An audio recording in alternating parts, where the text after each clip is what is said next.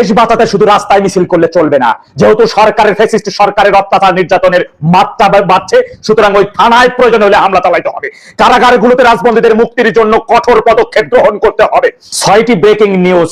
সরকারের প্রথম 100 দিনে 605টি খুন, 209টি ধর্ষণ, 109টি গুমের ঘটনা ঘটেছে। তথ্য প্রকাশ করেছেন ট্রান্সপারেন্সি ইন্টারন্যাশনাল বাংলাদেশ, টিআইবি। ইতিহাসের সর্বোচ্চ মূল্যস্ফীতি, ভয়াবহ চাপে সাধারণ জনগণ। এতদিন 9.48% থাকলেও বর্তমানে সেটি 9.68% গিয়ে দাঁড়িয়েছে। ইসলামী ব্যাংকের 2 কোটি টাকা নিয়ে উধাও গোপালপুর ইসলামী ব্যাংকের এজেন্ট, মালিক জামাত নেতা ইসফাক। ফুটপাথে হকার মুক্ত শহরের দাবিতে আন্দোলন করা নারীকে ছুরি দিয়ে আঘাত করেছে স্বেচ্ছাসেবক দলের নেতা মনসুর। বিদেশিরা পোশাকের দাম সঠিকই দিচ্ছে না, দেশে মূল্যস্ফীতি আকাশচুম্বী, ব্যবসায় লক্ষ লক্ষ টাকা লস। তাই হামিম গ্রুপের চেয়ারম্যান একে আজাদ সাহেব জানালেন তিনি 10,000 কর্মী ছাঁটাই করার সিদ্ধান্ত নিয়েছেন। শ্রীপুর পৌরসভার সাবেক মেয়র আওয়ামী লীগের নেতার জানাজার নামাজে হাজার হাজার মানুষের ঢল।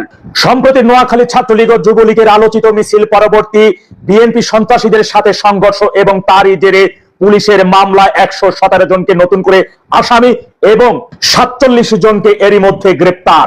প্রিয় দেশবাসী, 6টি ব্রেকিং নিউজ আপনাদেরকে দিলাম। এর একটা নিউজ আমার নিজের বানানো না, প্রত্যেকটা তথ্যের সংশ্লিষ্ট বিশ্বস্ত প্রথম শ্রেণীর মিডিয়া কর্তৃক নিউজ এবং তার প্লেকার্ডের তথ্য প্রমাণ আপনাদের সামনে উপস্থাপন করেছি। এবার আপনাদের কাছে আমার প্রশ্ন, সরকারের তথা এই বিএনপির 100 দিন পূরণ হয়েছে, আর সেই 100 দিনে 605টি খুনের ঘটনা ঘটেছে, অর্থাৎ প্রতিদিন 6 জনের উপরে গণহত্যা হয়েছে, প্রতিদিন 3 জন, প্রায় 2 জন প্লাস নারী ধর্ষণের ঘটনা ঘটেছে, 109টি গুমের ঘটনা ঘটেছে। এরই মধ্যে একটি ইসলামী ব্যাংকের শাখা থেকে গ্রাহকদের 2 কোটি টাকা নিয়ে উধাও হয়ে গেছে সেই এজেন্ট, মালিক জামাতের ইসফাক। হকার মুক্ত ফুটপাথকে হকার মুক্তের প্রতিবাদ হয়েছিল সাধারণ মানুষ, সেখানে প্রথম সামনে সারি থেকে একজন নারী প্রতিবাদ করেছিলেন, প্রতিবাদ মুখর হয়ে উঠেছিলেন। পরবর্তী সময় বিএনপির স্বেচ্ছাসেবক দলের সন্ত্রাসী তাকে ছুরিকাঘাত করে পালিয়ে যায়। বর্তমানে সেই নারী হাসপাতালে কাতরাচ্ছে। এখন আপনাদের কাছে আমার প্রশ্ন, এর প্রতিবাদে যদি আওয়ামী লীগ মিছিল করে, এর প্রতিবাদে যদি আওয়ামী লীগ আন্দোলন করে, সেটা কি অপরাধ? সেই আন্দোলন, সেই প্রতিবাদ কি শুধু আওয়ামী লীগের একার?